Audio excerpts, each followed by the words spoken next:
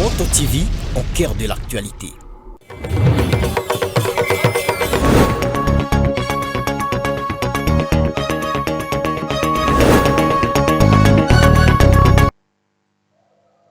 Il est temps de vous informer sur Moto TV, mesdames et messieurs. Bienvenue à suivre cette édition du journal qui commence par les sommaires. La société civile de Bapéré alerte sur l'activisme croissant des EDF dans les territoires de Loubero. Ces rebelles s'installeraient désormais dans les zones minières du secteur avec un risque accru d'enracinement local. Les opérations militaires phares des CUPDF, connues sous le nom de Chouja, ont permis d'enregistrer des avancées contre les EDF, mais la société civile plaide pour leur extension vers les zones minières du secteur de Bapéré. Tout pour les sommaires, les détails d'Azelas Létan. Bienvenue mesdames et messieurs, commençons par cette page religieuse. 9 frères ont reçu les ministères du lectorat et entre autres les ministères de l'acolita à diocèse de Butembo-Beni le jeudi 10 avril. C'était à l'occasion de la prière vespérale au grand séminaire 7 octobre de Vulindi. Présent à ses vêpres, l'évêque de Butembo-Beni a suggéré à ses nouveaux lecteurs et acolytes de poursuivre leur vocation jusqu'au bout. Suivez ce reportage de Delphé Voya. Cette chapelle du théologan Saint-Octave de Vulindi a servi de cadre pour ces cérémonies. Des séminaristes étudiants et théologues avec leurs formateurs se sont rassemblés dans cet édifice pour l'octroi de ces ministères mineurs. Les 9 candidats au lectorat sont de la 2e année et les 11 candidats au service de l'Eucharistie sont de la 3e année. Après le partage de la parole de Dieu, synthétisé à partir de l'homélie de l'évêque, le recteur de ce séminaire a appelé les candidats au lectorat. Ils ont reçu la Bible de la main de l'évêque comme symbole de début du service du lectorat. Recevez le livre de la Sainte Écriture et transmettez-la fidèlement, que sa racine est fructifie dans vos cœurs. Arrive le tour des acolytes. Pour eux, la remise des calices a été le symbole du début de leur service dans l'église. Ils ont été vêtus du surplice, l'habit qui les identifie. Ce pain et cette coupe de vin pour la célébration de l'Eucharistie et montrez-vous digne de servir la table du Seigneur et de l'Église. Monseigneur Sikoulipaloukou Melchizedek a appelé les heureux du jour à répondre oui à l'appel de Dieu à servir l'Église. Pour lui, cette étape est un morceau du sacerdoce qui doit être complété par la sacerdoce proprement dit. Les lecteurs et les acolytes, un morceau du sacerdoce. Entretenez-les. Ne vous contentez pas seulement d'un morceau. D'arriver jusqu'à obtenir le tout. Je vous remercie et vous encourage de demeurer fidèle et ferme dans la vocation que Dieu vous adresse. Il continue à vous appeler. Soyez toujours disponibles à répondre oui, me voici. L'électorat consiste à devenir annonceur de la bonne nouvelle alors que l'acolita, lui, se servir à l'autel à l'étape de l'Eucharistie. Et le chrétien de la paroisse Notre-Dame de Guadeloupe, Moussimba, était à la prison centrale de Butembo ce vendredi 11 avril. Accompagné de 3 prêtres, ils ont célébré une messe et apporté un soutien humanitaire. Une action posée pour contribuer à la lutte contre la précarité de la vie dans cette maison. Suivez ce reportage de Mirembe Kitawite, rendu par Eugénie Moussivirois. Ce vendredi 11 avril, Un groupe de fidèles de la paroisse Notre-Dame de Guadeloupe-Moussimba s'est mobilisé pour une action de charité. Accompagnés de 3 prêtres, ils ont visité les détenus de la prison centrale de Butembo, un établissement marqué par un surpeuplement chronique et des conditions de vie précaires. La visite a commencé par une messe célébrée à l'intérieur de la prison. Un moment de recueillement, d'écoute et d'encouragement pour les détenus, invités à garder foi et espoir malgré leur réalité difficile. Un message d'espoir pour que, même en prison, ils se sentent toujours aimés par Dieu pour qu'ils ne puissent pas désespérer. Dans leur gibecière, les chrétiens ont apporté des vivres tels que du riz, du haricot et des produits de première nécessité. Des médicaments ont également été remis à l'administration pénitentiaire pour soigner les plus vulnérables. La réalité de cette prison reste préoccupante, avec plus de 1500 détenus, dont plusieurs en attente de jugement ou incarcérés par de faits mineurs. Les conditions de détention sont jugées alarmantes. Les salubrités, le manque d'espace et l'insuffisance de soins posent un sérieux défi humanitaire. L'association culturelle Kiandaira Asbel Obuuma Wabaira dénonce de manipulation du mouvement AFC M23 et met en garde ce mouvement contre l'usurpation d'identité pour le soutien de la communauté iranande. C'est dans une lettre signée le mercredi 9 avril adressée au président de la République avec une copie au gouverneur du Nord Kivu et à la représentante spéciale du secrétaire général des Nations Unies en RDC. Suivez ces récits de Mirembe Kitawite. Dans sa lettre, l'association culturelle Kiandaira Obuuma Wabaira met en garde la communauté nande sur la déclaration de Gervais Paluku, vice-président du Kianda Goma, qui aurait engagé la communauté à accompagner les actions du mouvement du M23 AFC dans sa sale besogne à l'est du pays. L'association a vite pris des décisions pour étouffer cette tentative des rebelles d'usurper l'identité de l'association pour des faits indignes. Le Kianda a avant tout rappelé que face à la structuration de cette association, partout où elle se trouve, seul le président est habilité à engager l'association envers les tiers. La lettre a alors insisté sur les déclarations de Gervais Paluku n'engage que sa personne et de ce fait, il s'auto-exclut de l'association. Le Kianda donne un avertissement sévère à tous les individus qui manipulent les différentes communautés ethniques de l'Est de la République et ses intérêts. Parmi ces mesures, le Kianda Goma, qui dit n'avoir mandaté personne pour le représenter dans une quelconque assise, a mis à garde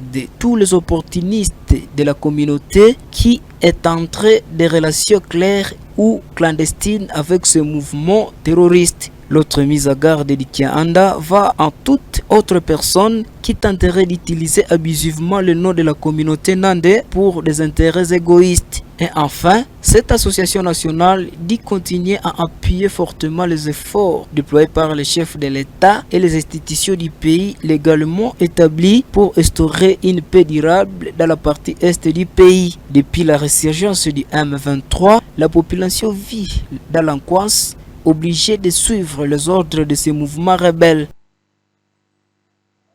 Je l'ai dit au sommaire, la société civile de Bapéré alerte sur la détérioration sécuritaire. Les EDF étendent leur emprise dans cette zone du territoire des Loubero. Ces terroristes visent désormais le site minier jugé stratégique. Suivez ce récit de Eugénie Moussivirois.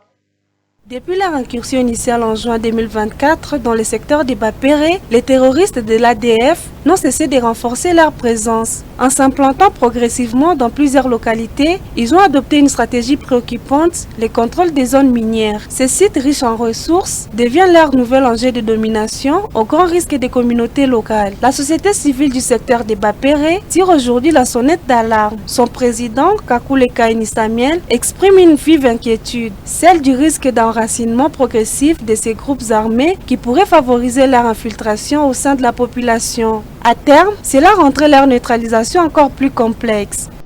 Oui, en tout cas, les SADF ont placé. Là, nous sommes dans les groupements de Barège, au niveau de, donc à côté de Ombole. Ça fait longtemps qu'ils sont là-bas, vers Mabougo, vers Isanke, vers Boudoudia. Ils sont en train d'installer là-bas. commencent même à cohabiter avec la paisible population. Selon les informations, notre procession, je suis en train d'utiliser cette population pour l'extraction de l'or et acheter même cet or. Alors, au compte de qui? On ne sait pas. Donc, il y a dans les groupements de barrages, vers Maï, il y a des bastions, selon les informations, vers le groupement de Batike et dans le groupement de Bapaïtouma. En tout cas, ils ont installé leurs bastions là-bas. Les activités, selon les informations, d'ailleurs l'autorité territoriale et l'administrateur du territoire aussi en a parlé, pour dire que ces éléments se sont déjà installés, ils commencent alors à collaborer avec la paisible population, mais nous constatons que ça c'est un gradage. Face à cette situation, les présidents de la société civile appellent à une intensification des opérations militaires en cours. Si les efforts conjoints des armées congolaises, FARDC et ougandaises, UPDF, regroupés sous l'opération Shuja, ont permis de freiner cette attaque, cela reste insuffisant selon lui. C'est prometteur dans les grandes agglomérations, parce que ni que de cette coalition, Mangorejipa n'aurait pas déjà, Kamba n'aurait pas déjà, Nziapanda dans les groupements de Manzia, et partout dans les grandes agglomérations, là que cette coalition reste, en tout cas il y a une accalmie. C'est pourquoi ce sont des efforts encouragés pour que partout là qu'il y a abandon de la population, il faut que la population retourne. Donc ce sont des efforts que nous sommes en train de soutenir. À mesure que les ADF consolident leur implantation dans les zones minières du territoire de Lubero, le vent local s'élève réclamant les actions militaires plus vastes et durables. Dans l'attente d'une réponse ferme, la peur s'installe et l'économie artisanale se meurt peu à peu. Merci Clémence Nengo pour ces récits. Faisons pas à Béni, où les travaux d'élargissement de l'aéroport de Mavivi à Béni continuent de recevoir du soutien ce vendredi. L'Institut congolais pour la conservation de la nature, ICCN, a appuyé le gouvernement provincial du Nord Kivu. Il a mis à disposition 3 camions de marque Ben pour contribuer à l'avancement du projet. Suivez ce reportage de la presse du gouvernement. Le développement du Nord Kivu, particulièrement le Grand Nord de la province En Marche, l'Institut congolais de conservation de la nature, ICCN en sigle, prouve sa participation, en dotant 3 camions de type Ben avec carburant pendant 3 mois dans le but d'accélérer les projets communautaires tels que l'élargissement et le rallongement de la piste de l'aéroport de Mavivi à Béni, explique Méthode Bouozi. Dans le cadre de l'appui qui a été sollicité par la province au Parc national de Virunga, l'appui relatif à l'augmentation de la piste de l'aéroport de Béni, un appui sollicité et dont le parc a répondu très positivement, étant donné que c'est un projet très capital pour la province, mais également par rapport au mouvement de toute la population de la province. Satisfaction de la part de la société de service Viumbira qui est sur le chantier d'Ixit, le directeur général Kadekoule Viumbira. Nous sommes ravis de l'appui du gouverneur qui ne cesse de nous donner des appuis de part et d'autre, de solliciter les gens qui sont venus nous aider. Pour le compte du gouverneur militaire du Nord Kivu, le général-major Évariste Somokakoulé, le conseiller principal en charge des infrastructures, Maître David Kamoua, salue l'engagement des partenaires du gouvernement provincial. Il y a juste 2 semaines que son Excellence a sollicité l'appui de l'ICCN pour les travaux d'élargissement de l'aéroport de Mavivi et juste 2 semaines après, l'ICCN a répondu favorablement.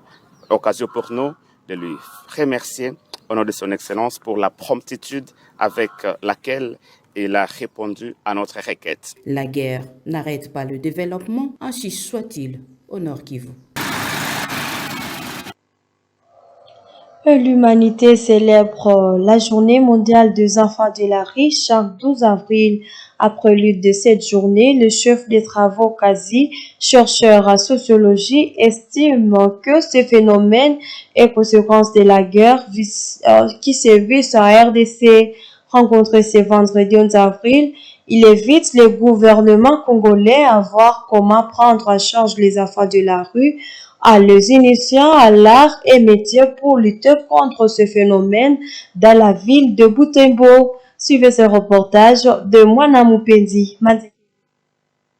Depuis l'avancement des affrontements des rebelles dans les territoires de Lubero, la ville de Butembo a régi encore un taux élevé de la présence des enfants de la rue.